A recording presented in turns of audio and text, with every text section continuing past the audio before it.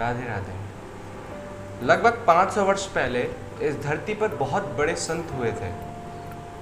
संत वो बाद में हुए, पहले वो एक बहुत बड़े स्कॉलर थे, बहुत बड़े पंडित थे, बहुत बड़े ज्ञानी थे। इतनी विद्या उन्होंने अर्जित कर रखी थी कि जिसके सामने भी जाते ना उसको हरा के आते थे। ओरछा राज घराना, उसके वो राजगुरु इतने विद्वान श्री हरिराम व्यास जी। और ऐसा ग्रंथों में आता है कि उस समय में जब हरिराम व्यास जी राजगुरु थे तो उनके अंतर्गत, उनके अंडर में लगभग 52 राजा उनके शिष्य बने हुए थे। इतना ज्ञान उनके अंदर था और इतने बड़े वो गुरु थे। सारी विद्या उन्होंने प्राप्त कर रखी थी। ऐसी कोई विद्या नहीं थी जो उनको नहीं आती थी। सबका ज्ञान उनको। लेकिन ज्ञान उनको वास्तविक नहीं था, उनको थी जानकारी। उस समय उनको एक ऐसी जानकारी थी कि उनको कोई हरा नहीं सकता। उस जानकारी का अभिमान इतना ज़्यादा उनके अंदर आ गया था कि बुला के पंडितों को, बुला के सामने जो भी जानकार होता था उनको बुलाते थे और अपने सामने बिठा के उनसे एक शास्त्रार्थ यानी कि डिबेट करना शुरू कर देते थे कि भाई, और हरा देते थे क्योंकि उनको तो पता था कि मैं जीतूंगा, मेरे को इतना ज्ञान है, मेरे को वो कृपा मिली हुई है, सरस्वती मेरी ज़बान पे बैठी हुई है, मेरे को इतना ज्ञान है, मैं हरा दूंगा। हरा देते थे। तो एक तो होता है कि आप अपने ज्ञान से किसी का फ़ायदा करो, एक होता है कि ज़बरदस्ती बुला के किसी का अपमान करो। कितना फ़र्क है इन दोनों में। इस दशा तक हरिराम व्यास जी पहुंच गए थे कि सामने बुला के हराना, सामने बुला के उनकी बेइज्जती करना, सामने बुला के उनका अपमान करना। अब उस विद्या के घमंड में उनके मन में एक बात है कि क्यों ना पूरे भारतवर्ष के सब पंडितों को हराया जाए और जीता जाए। तो उन्होंने सोचा कि भाई कितना कुछ तो हमने कर लिया, लेकिन काशी उस समय में विद्वानों की नगरी थी। काशी में बड़े ज्ञानी लोग रहते हैं, बड़े पंडित लोग रहते हैं, तो वहाँ चला जाए और वहाँ हराया जाए। तो ओरछा से वो निकले और काशी की तरफ। ऐसे ही नहीं निकले, अपने साथ वो सारे ग्रंथ लेकर बैलगाड़ियों भर के, सैकड़ों बैलगाड़ियाँ उनके साथ चली। इतना बड़ा वो अपना, इतना क्या कहते, इतना बड़ा अपनी जमात लेके वो निकले। इतने उनके शिष्य, इतने उनके ज्ञानी, ताकि ये बात दिख सके कि मैं कितना बड़ा ज्ञानी हूँ, प्रदर्शन हो सके मेरा। काशी में पहुँच के पूरी नगर की यात्रा करी कि भाई, और सबको ललकारा कि आओ मेरे से शास्त्रार्थ करो और मुझे लिख के दो अगर आप हार जाओ कि मैं जीत गया, हरिराम व्यास जीत गए और उनसे बड़ा कोई ज्ञानी नहीं। अब सब जगह वो गए, सब जगह उन्होंने ये बात की घोषणा कर दी। अब हरिराम व्यास जी का इतना बड़ा समागम देख के, इतना बड़ा स्टारडम देख के सब डर गए कि भाई ऐसे पंडित को हम कैसे हरा सकते हैं जिन्होंने इतना सब कुछ जीत रखा है। लेकिन काशी जो है, काशी बाबा विश्वनाथ की नगरी है, भोले बाबा की नगरी है। काशी साधारण भूमि तो है नहीं। तो हरिराम व्यास जी ने सोचा कि भाई काशी आए हैं, भोले बाबा की नगरी है, ज़रा एक बार प्रणाम तो कर लें, आशीर्वाद तो ले लें अपनी विजय का, जीतना तो हमको है ही। तो गए काशी विश्वनाथ जी के मंदिर में और वहाँ पे उन्होंने अभिषेक किया। अभिषेक करके वो बाहर निकल रहे, तो यहाँ पे एक बहुत ही अद्भुत घटना घटी। बाहर निकले वो और मंदिर को उन्होंने जैसे ही छोड़ा तो उनसे एक ब्राह्मण मिलने के लिए आया। एक बूढ़ा ब्राह्मण, बड़ा दुबला पतला, बड़ा बूढ़ा ब्राह्मण। और व्यास जी को आके उन्होंने प्रणाम किया। व्यास जी ने भी प्रणाम किया कि भाई पंडित हैं, ब्राह्मण हैं, प्रणाम किया, और बूढ़े हैं, बड़े हैं। और ब्राह्मण ने बोला कि सुना है आप बहुत ज्ञानी हैं। बोले जी बात तो सत्य है।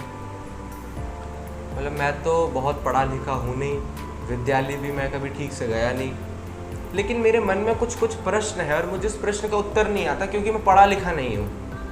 तो अगर आपकी आज्ञा हो तो मैं आपसे ये प्रश्न पूछ लूँ। तो व्यास जी ने बोला हाँ बिल्कुल, क्यों नहीं पूछ सकते, पूछिए। तो ब्राह्मण ने पूछा कि विद्या का अर्थ क्या है। अब हरिराम व्यास जी को ऐसी चुभी है बात कि भाई कोई जैसे बहुत पढ़ा लिखा कोई व्यक्ति होता है ना, कोई बहुत बड़ा हेडमास्टर होता है, उससे कोई नर्सरी प्लेवे का सवाल कोई पूछ दे तो उसको ऐसा लगता है ना कि मेरी इतनी सारी पढ़ाई तो बर्बाद हो गई, क्या प्रश्न पूछ रहा है मेरे से। हरिराम व्यास जी को बिल्कुल ऐसे ही लगा क्या प्रश्न है कि विद्या क्यों अर्जित करी जाती है, विद्या का क्या मतलब है। हरिराम व्यास जी ने बोला विद्या प्राप्त करी जाती है विवेक के लिए। तो पंडित ने बोला कि भाई अब आप बता ही रहे हैं तो ये भी बता दीजिए कि विवेक क्या होता है। बोले विवेक सही और गलत के बीच के फैसला जो कर सके उसे विवेक कहते हैं। जो सत और असत के बीच में भेद बता सके उसे विवेक कहते हैं। ब्राह्मण ने बोला कि मैं तो इतना पढ़ा लिखा हूँ नहीं, मुझे तो कुछ पता नहीं कि सत्य क्या है असत क्या है। क्या सत्य है आप बताइए, और असत क्या है ये भी बताइए। अब हरिराम व्यास जी बड़े हंसे। हरिराम व्यास जी ने बोला आप भी कमाल करते हैं ब्राह्मण देवता, काशी में रहकर आप ये बात पूछते हैं कि सत्य क्या है और असत क्या है। ये तो आपके खुद भोले बाबा बता चुके हैं कि सत्य क्या और असत क्या है। उमा कहूँ मैं अनुभव अपना, सत हरि भजन जगत सब सपना। सत्य क्या है? सिर्फ भगवान और भगवान का नाम, इसके अलावा तो कोई सत्य है नहीं। बाकी भोले बाबा क्या कह रहे हैं कि उमा अपनी पार्वती जी से बात कह रहे हैं कि मैं अपना अनुभव बता रहा हूँ। इतने वर्षों की तपस्या, इतने वर्षों का ज्ञान प्राप्त करने के बाद मैं अपना अनुभव बता रहा हूँ। ये शिव का अनुभव है कि सत्य केवल एक है, सत हरि भजन। हरि का भजन ही सत्य है, और बाकी जो कुछ दिख रहा है ना वो सब मिटने वाला है।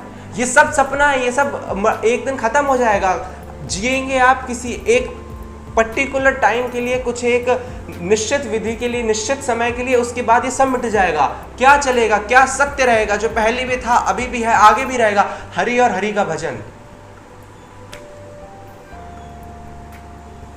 तो ब्राह्मण ने बोला कि व्यास जी एक बात बोलूं? बोला बोलिए। बोले मैंने आपसे बड़ा कोई मूर्ख नहीं देखा, वास्तव में मैंने आपसे बड़ा बेवकूफ कोई नहीं देखा कि जिसको इतना सब कुछ पता हो फिर भी वो अपना पूरा जीवन असत की राह पे और अपने घमंड को पुष्ट करने के लिए हर एक कार्य करे, जब वो बहुत अच्छे से इस बात को जानता है कि सत्य क्या है, असत क्या है, पाप क्या है, अपराध क्या है, पुण्य क्या है, फिर भी वो ऐसा कार्य करे अपने ज्ञान की आड़ में कि सामने वाले को बार बार अपमानित करे, बार बार अपमानित करे, बार बार उसका दिल दुखाए। ये कैसा पांडित्य है, ये कैसा ज्ञान है आपका? वास्तव में आपके जैसे मूर्ख मैंने नहीं देखा। सब कुछ जानते हुए भी कुछ नहीं जाना आपने। तो आपसे अच्छा तो मैं हूँ, कुछ नहीं पढ़ा, आज तक कभी विद्यालय नहीं गया, लेकिन इतना तो पता है कि राम राम करूं, राम राम करता हूं, इतना तो पता है ना मेरे को। कम से कम किसी का दिल तो नहीं दिखाता, कम से कम अपने ज्ञान के अभिमान में अपने आप को फुलाता तो नहीं हूं। अब ये जो बात उस बूढ़े ब्राह्मण के मुख से निकली, ये चुभी। तो कुछ बातें होती है ना जो कान तक रह जाती है, लेकिन कुछ बातें होती है जो बिल्कुल हृदय को स्पर्श करती है, एकदम दिल फाड़ देती है। वो दिल पे लगी बात, वो एकदम हृदय को छिन्न भिन्न कर दिया उसने, हरिराम व्यास जी का हृदय, कि वास्तव में सत्य तो यही है जो ये कह रहे हैं। इतना कह के वो ब्राह्मण आगे गए, 2-4 कदम चले होंगे। ज्ञानी तो थे हरिराम व्यास जी, समझ गए कि कोई साधारण व्यक्ति नहीं है जो इतने बड़े 52 राजाओं के गुरु हरिराम व्यास को जो शिक्षा दे सके, और शिक्षा क्या दी, 5 मिनट में जो बोध करा सके, वो साधारण व्यक्ति नहीं हो सकता। गए उनके पास और चरण पकड़ लिए, आप अपना सत्य बताइए, आप कौन हैं? तब वो ब्राह्मण अपने स्वरूप में आए कि मैं ही वो भोलेनाथ हूँ जिनका अंदर आप अभिषेक करके आए हैं। तो मुझे ऐसा लगा कि आपने इतना सुंदर मेरा अभिषेक किया तो आपको कुछ दिया जाए, तो मैंने आपको वो बोध कराया जीवन का जो आपको होना चाहिए था।